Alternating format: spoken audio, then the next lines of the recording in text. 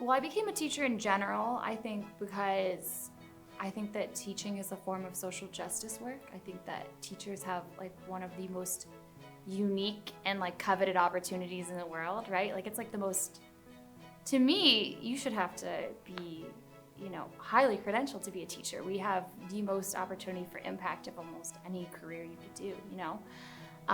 And so I became a teacher because I just felt like it was a privilege to get to like shape kids' lives.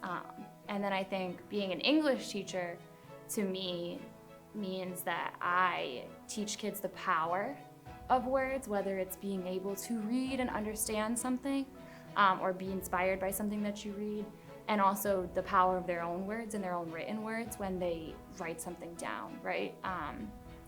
A lot of the way that history is shaped is by what people say and what we put on paper. And so I think I try to teach kids that the things we read and write hold a lot of power. And so I think that's what being an English teacher means to me.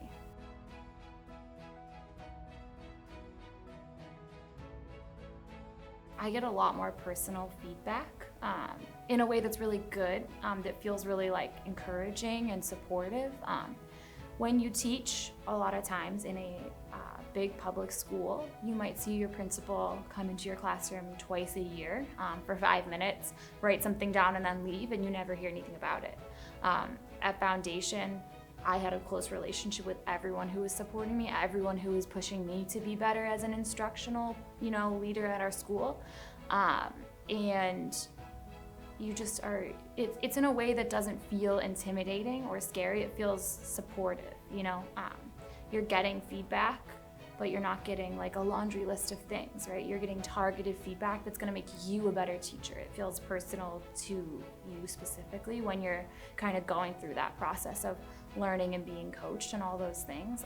You get to practice, right? I mean, I literally have sat down with my supervisor and practiced doing something that she just taught me to do, this small adjustment, right? And then being able to go into my next class, having practiced it and already able to implement the feedback.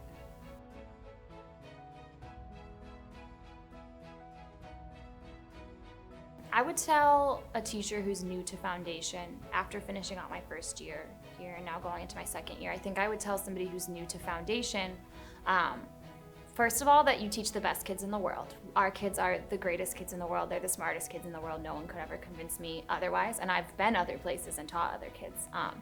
So first of all, you're the luckiest person in the world because you get to teach the best kids in the world. That's the first thing I would tell them, because I think if you go into your school year with that in mind, then you can get through anything. But I would also just tell them to be a sponge, absorb as much as you can.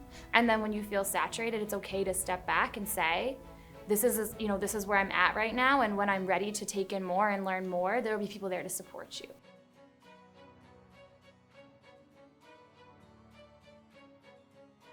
I think the culture here at Foundation is one of the most community-oriented. So specifically at the high school, we are in Trenton, we are in the city where our kids live, and our kids are like family to us. You know your kids' families, you know their parents. You're encouraged to treat your kids like their family, treat them like they're your own kids. I also think just as a staff, the culture is very much like holding each other accountable in a warm and loving way, which is what I would want. If I was gonna send my kid to a school, I would wanna know that there are other adults who are holding each other accountable to giving that kid the best. And I think that that's what we do.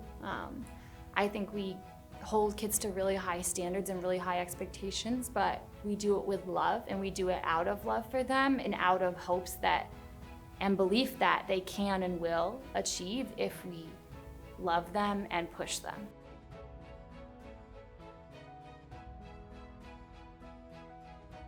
I think what I'm most looking forward to going into my second year at Foundation is, probably two things. One is just at the end of the summer, you're just so excited to see the kids again.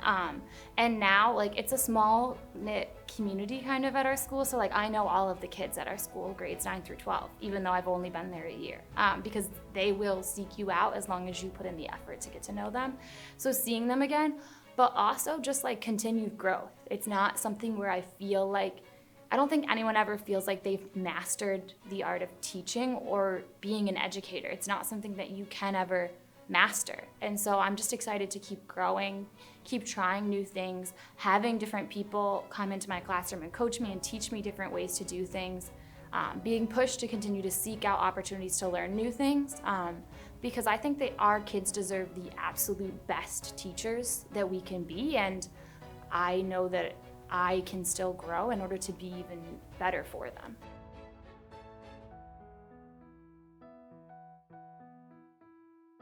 If somebody was on the fence about applying to work at Foundation, I would tell them that teaching is not an easy job, no matter where you go. You could go teach in a suburban school that had all the money in the world, or you could go teach in an urban school, you could go teach in a rural school. Wherever you go, teaching is hard because kids are kids and they're complicated, and you're literally molding human beings into the adults they're going to be. That's not easy work no matter where you go, but I have found that no matter how many hours I spend at school or how many ways I am pushed, this is the most important work that anyone could do with their lives. And if you're gonna do it, you may as well do it here because our kids are incredible. I'm gonna cry.